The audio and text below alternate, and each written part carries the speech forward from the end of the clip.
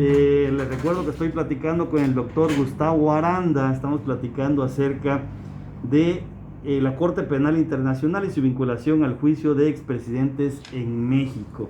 Y habíamos quedado en esta situación de lo que es la dignidad y cómo se analiza, cómo se prevé, cómo se estudia desde el ámbito internacional esta situación de la dignidad. Gracias, doctor Iván. Pues continuando con este tema de la dignidad, nos habíamos quedado en que analizar la dignidad en sentido específico es muy difícil para poder lograr una protección. Tendríamos que tener una legislación particular para cada caso en concreto, para cada ciudadano, ¿no? La legislación que protege la dignidad de Gustavo, de Iván, de Susana, de Octavio, y eso es imposible porque en el campo jurídico la norma jurídica tiene justamente esa aplicación general y universal para todos los ciudadanos. Y la valoración, como bien lo decías hace rato, totalmente. Uno lo puede valorar distinto, para uno puede ser digno, sí, claro, y para otro puede ser completamente indigno. No voy a decir marcas, pero no me gustan determinados cafés que venden en tiendas de autoservicio y para mí no es digno, pero pues eso no es un crimen, ¿no? Sí, claro. ¿No? Entonces, pero la situación del crimen internacional es que va protegiendo esta dignidad en sentido general. ¿Qué es la dignidad en sentido general? Los elementos mínimos necesarios que tiene el ser humano para ejercitar su derecho a la existencia. Pero aún así, ha sido complejo. Platicábamos con el doctor Federico Lefranc-Vegan en el INACIPE y decía, bueno, yo llevo 20 años estudiando la dignidad y he llegado a la conclusión que el único presupuesto para que pueda existir dignidad es que el ser humano goce de libertad. Okay. Y en la tesis doctoral yo llegué a otra conclusión, le decía al doctor Federico, bueno, sí, pero también salud. Entonces, si tenemos salud y libertad, podemos acercarnos a lo que es una aproximación de la dignidad en sentido general. Y es donde caigo aquí en la pregunta que me dices, porque considero, esto evidentemente es sujeto a debate, que los bienes jurídicos tutelados en los crímenes internacionales están enfocados a la protección de la dignidad humana.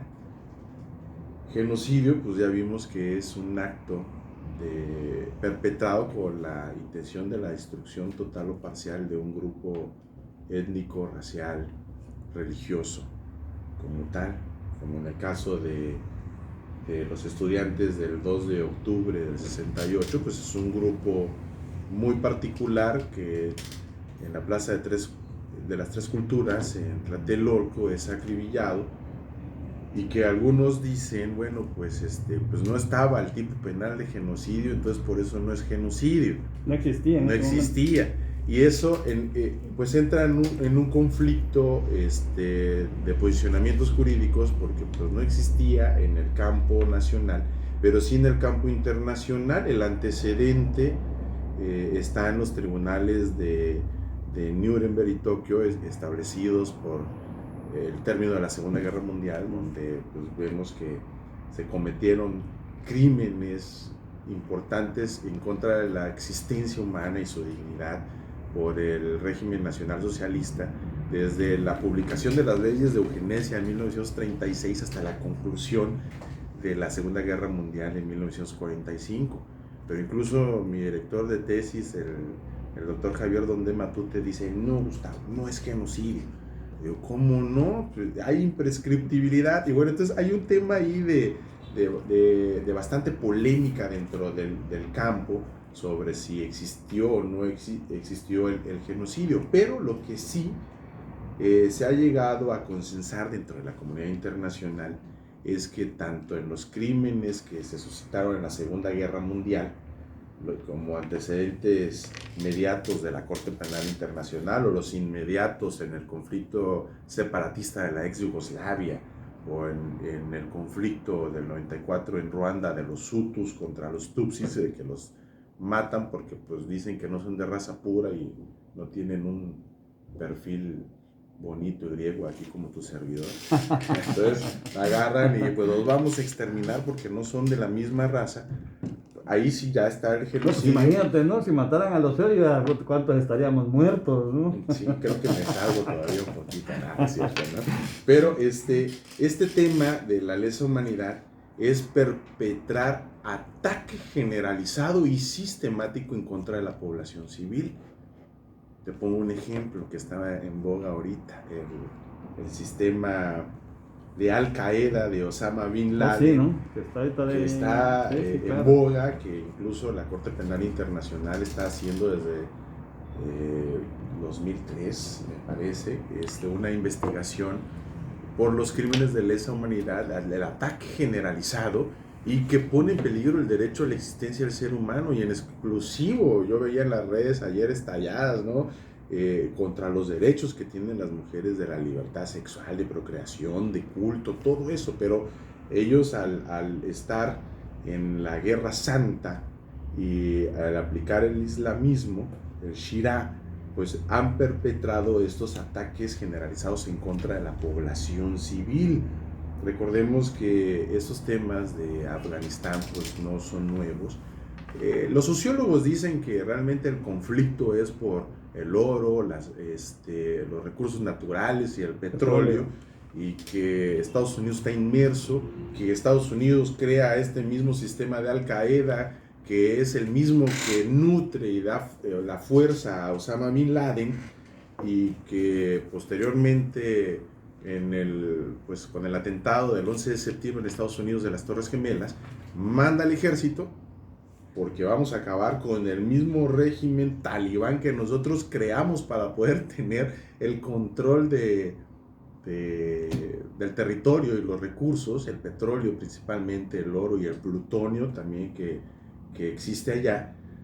Y pues bueno, no pueden porque se les sale de las manos, retira ya el presidente John Biden a las tropas norteamericanas, y el estado es tomado por este régimen de Al Qaeda, el régimen talibán, y empieza una serie de ataques generalizados, bueno, que ya se venían perpetrando desde el 2000, en contra de la población civil, que tienen la finalidad de someterlos a condiciones inhumanas de existencia. Y es donde volvemos otra vez al tema de la dignidad.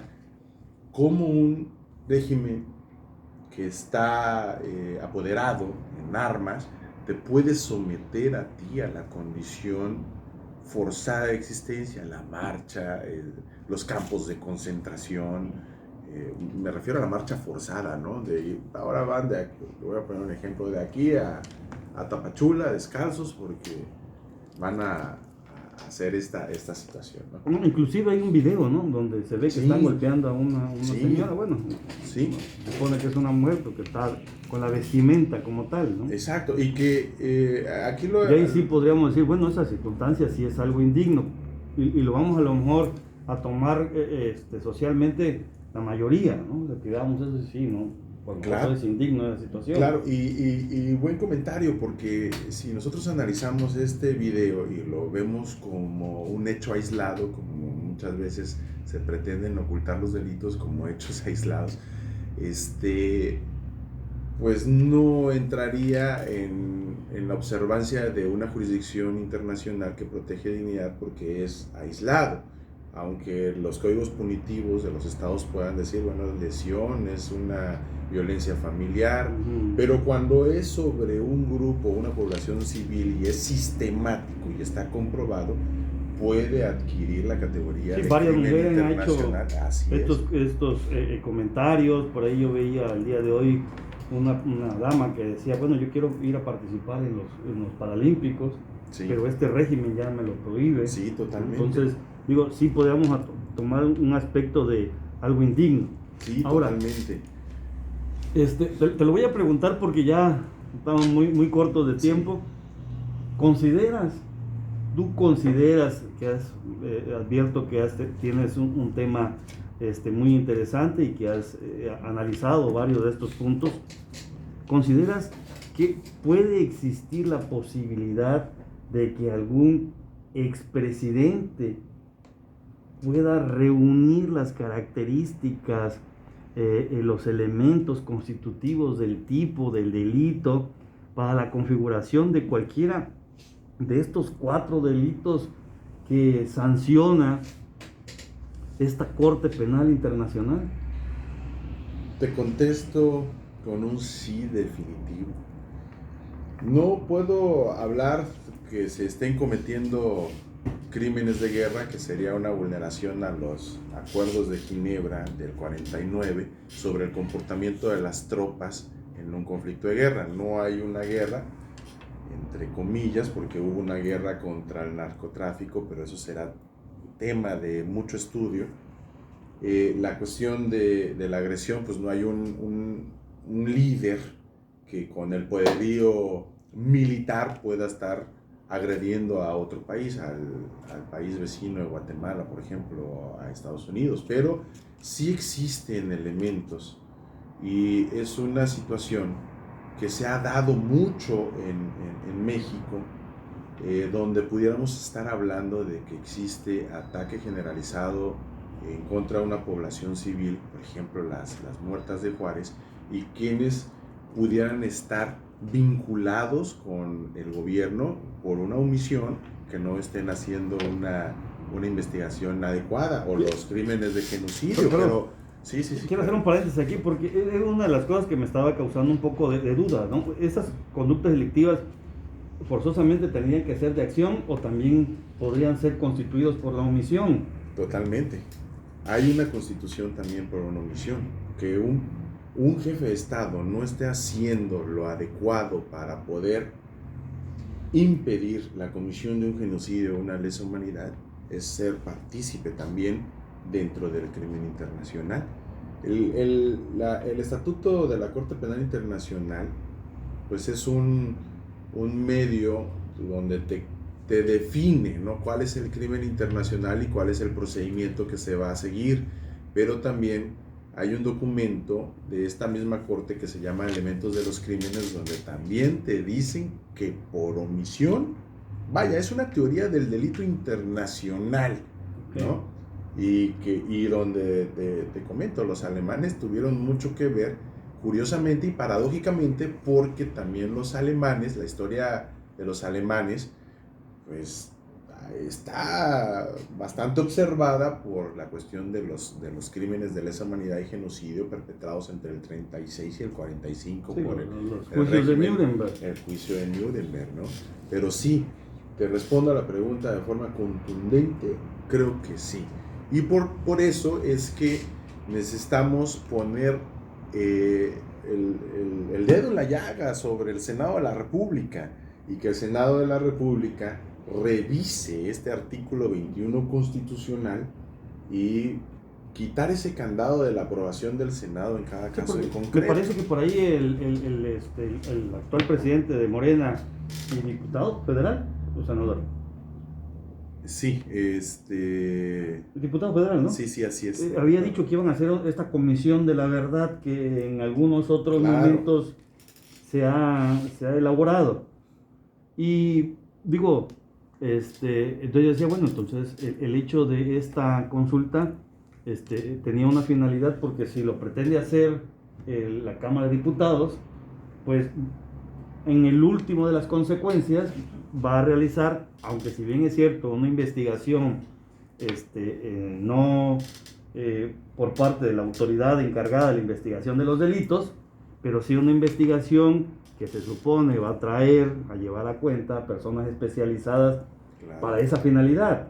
Totalmente. Y tomando en cuenta ello, podría ser que el Congreso, la Cámara de Diputados le dijera a los senadores, oye, tenemos esta situación, ¿no? Sí, totalmente. Por eso es que te comentaba al inicio del programa que los detractores de la consulta tuvieron visión limitada. Y lo digo con mucho respeto, pero es una realidad. Tuvieron visión limitada al decir, es que la ley no se consulta. Eso no estaba en tela de juicio. Sí, creo que no era ahí ese motivo. No. La Fiscalía General de la República podrá seguir su investigación. Era sobre la participación del Ejecutivo y el Legislativo, que no tienen función jurisdiccional, pero era sobre estas comisiones para poder aplicar la normativa en el sentido de abonar a la investigación que voy a llamarlo así, el tercer poder judicial estaba realizando.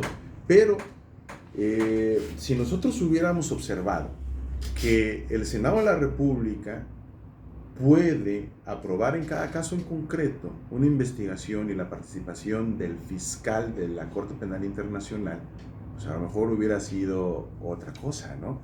Entonces, ese es el tema. Me parece que hay algunos detractores del presidente de la República que están como ese juego, ¿no? De donde vas ahí donde están los juegos de video, que te dan un mazo, ¿no? Y sale un muñequito y, ¿no? Sí. ¡Pum! Le dan. Y así está, ¿no? Si dice que sí, ¿no? Y si dice que no, también, o sea, no están conformes con ninguna decisión. Lo que y pasa me parece es que es porque pues hay una afectación directa a los beneficios que tenían anteriormente, que ahorita pues ya no los tienen y eso afecta y molesta. Claro, una supongo, afectación, ¿no? directa, pero también un desconocimiento, decía, y con esto voy a concluir y dejarlo para el análisis, decía el doctor Manuel Atienza cuando lo escuchábamos, bueno, es que vivimos en una guerra de las falacias, y la guerra de las falacias ahora es en redes. Entonces, si nosotros confundimos la argumentación jurídica y caemos en la falacia que te comentaba al principio del programa de petitio principi, que es confundir la causa, pues es muy peligrosa porque es desinformar irresponsablemente a la sociedad. La ley no se consulta, pues es que ese no es el tema.